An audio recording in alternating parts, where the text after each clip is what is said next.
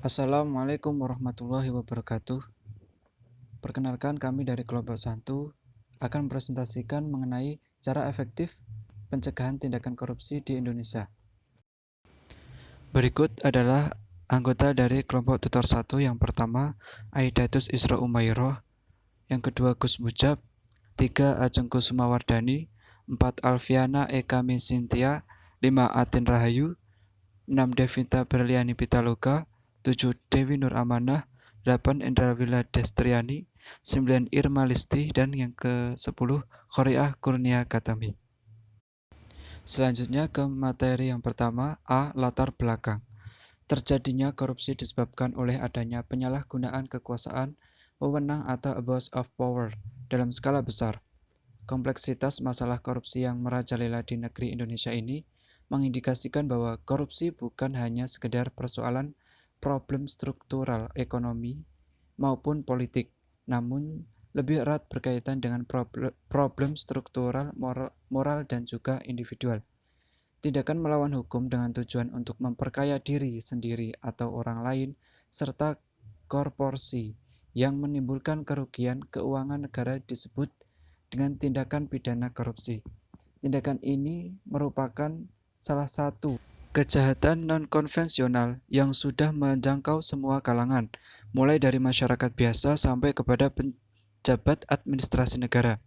Keberadaan tindakan pidana korupsi dalam hukum pidana Indonesia dianggap sebagai kejahatan luar biasa atau extraordinary crime, karena menimbulkan kehancuran sendi-sendi kehidupan bermasyarakat, berbangsa, dan bernegara. Maka dari itu, dalam Undang-Undang Nomor 31 Tahun 1999 tentang Pemberantasan Tindak Pidana Korupsi sebagaimana diubah dengan Undang-Undang Nomor 20 Tahun 2001. Dalam peraturan undang-undang tersebut ditegaskan bahwa korupsi ialah merugikan keuangan negara, suap menyuap, penggelapan dalam jabatan, pemerasan, perbuatan curang, benturan kepentingan dalam pengadaan, dan juga gratifikasi. Kemudian yang selanjutnya adalah yang B, pencegahan korupsi dan hukuman bagi koruptor. Negara telah mengupayakan langkah-langkah dalam mempersempit peluang untuk tindakan korupsi, seperti langkah preventif dan langkah detektif. Yang pertama, upaya preventif, seperti pembentukan lembaga yang dapat mencegah terjadinya tindakan korupsi. Yang kedua, membuat undang-undang yang menindak bagi pelaku korupsi. Redaksinya tercantum dalam Undang-Undang tentang Pemberantasan Tindakan Korupsi Bab 2 Pasal 2 sebagai berikut. Setiap orang yang secara melawan hukum melakukan perbuatan memperkaya diri sendiri atau orang lain, atau suatu korporasi yang dapat merugikan keuangan negara atau perekonomian negara, dipidana penjara dengan penjara seumur hidup atau pidana penjara paling singkat 4 tahun dan paling lama 20 tahun, dan denda paling sedikit ialah 200 juta dan paling banyak yaitu 1 miliar rupiah. Kemudian Hidayati mengungkapkan bahwa peran pendidikan merupakan koordinat dari upaya pencegahan dan pemberantasan tindak pidana korupsi. Mengutip pendapat Huberts, upaya pencegahan dan pemberantasan dilakukan secara inklusif holistik melalui 6 aspek, yaitu ekonomi, pendidikan, kebudayaan, organisasi atau birokrasi, politik, dan hukum. Sebagai subordinat, peran pendidikan sangat berpengaruh dalam membangun karakteristik generasi bangsa. Oleh karena itu, kurikulum pendidikan saat ini dituntut untuk mampu membangun karakter peserta didik yang berakhlak mulia, terutama dalam membangun karakter yang anti korupsi.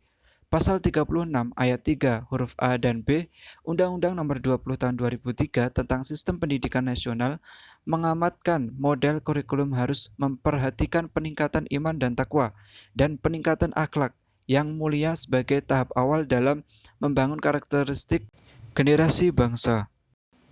Dan mata pelajaran PAI sebagai pendidikan keislaman sangat berkelindungan dengan nilai-nilai anti korupsi, bahkan nilai-nilai anti korupsi tersebut sejatinya merupakan derivasi dari nilai-nilai keislaman. PAI belum mengeksplorasi secara fungsional kemampuan dirinya dalam menginternalisasikan nilai-nilai anti korupsi Dengan integrasi nilai-nilai anti korupsi, maka akan menghasilkan pemahaman fikih korupsi. Kemudian pemahaman tersebut diakumulasi melalui analisis isu-isu publik dan pembelajaran berbasis riset untuk menguatkan pondasi pemahaman anti korupsi. Transformasi PAI juga harus memetakan hasil pembelajaran berupa tercapainya lulusan peserta didik yang anti korupsi. Paradigma tersebut dapat diwujudkan dengan mengintegrasikan literasi anti korupsi. Baik, demikianlah presentasi dari kelompok 1. Kurang lebihnya mohon maaf. Wassalamualaikum warahmatullahi wabarakatuh.